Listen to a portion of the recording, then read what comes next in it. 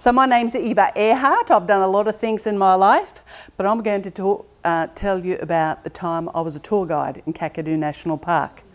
I have an agriculture background, but always love a bit of adventure, see something different. So in Australia, we all have dangerous animals. We know about that, you know, snakes and spiders and crocodiles and stingers. But no, there's a lot more.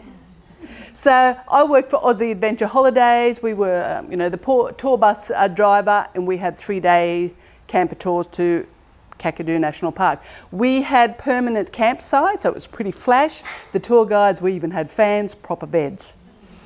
We had people come from all over the world. A lot of big cities around Australia and, Europe, America, Asia. So the first night when we arrive, or afternoon, I have to sit them down in our large dining room covered with shade cloth to keep the bugs out and tell them what the nightlife was going to be like.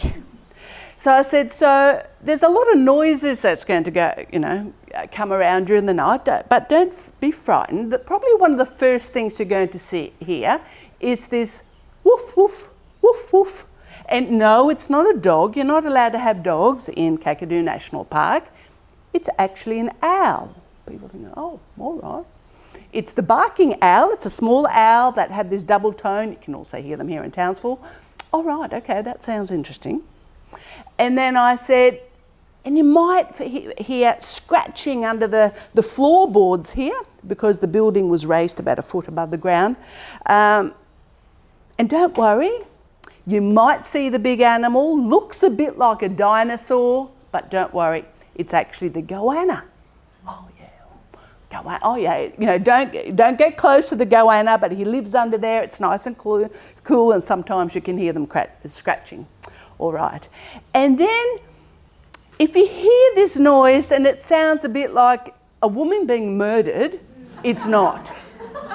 It's not. It's the curlew.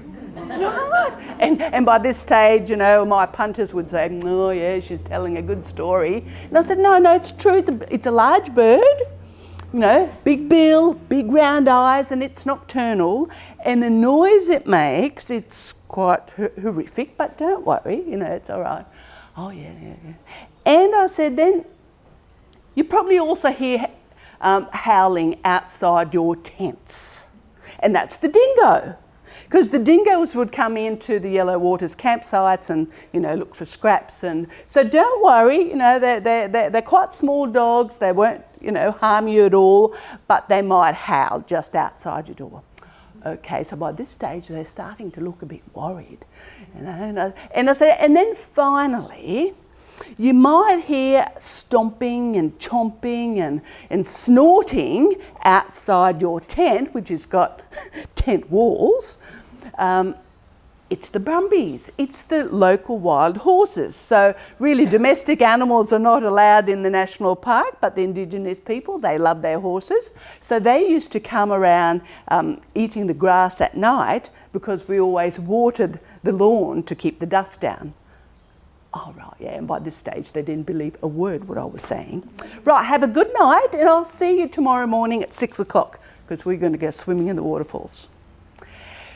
Next morning at 6 o'clock, it was an elderly couple from Sydney came, and I said, oh, so, how did you have a good night's sleep? Oh, no, I didn't sleep a wink. Right, what happened? Well, we knew what you were saying and we heard all these noises. So, we heard the birds, screaming and they were woofing and then I heard the chomping and stomping outside my door and I knew it was the horse, but for love of money, we weren't going up to the toilet block during the night. So it must have been a very uncomfortable night because we all had a share ablution block. So it was a bit of a eye-opener for people from all over around the world, even Australians, that you have so many wildlife making noises. And time's over, still love adventure, going to Curlew. If you ever have the chance, go there. And don't be frightened of the noises. They can't harm you, ladies and gentlemen.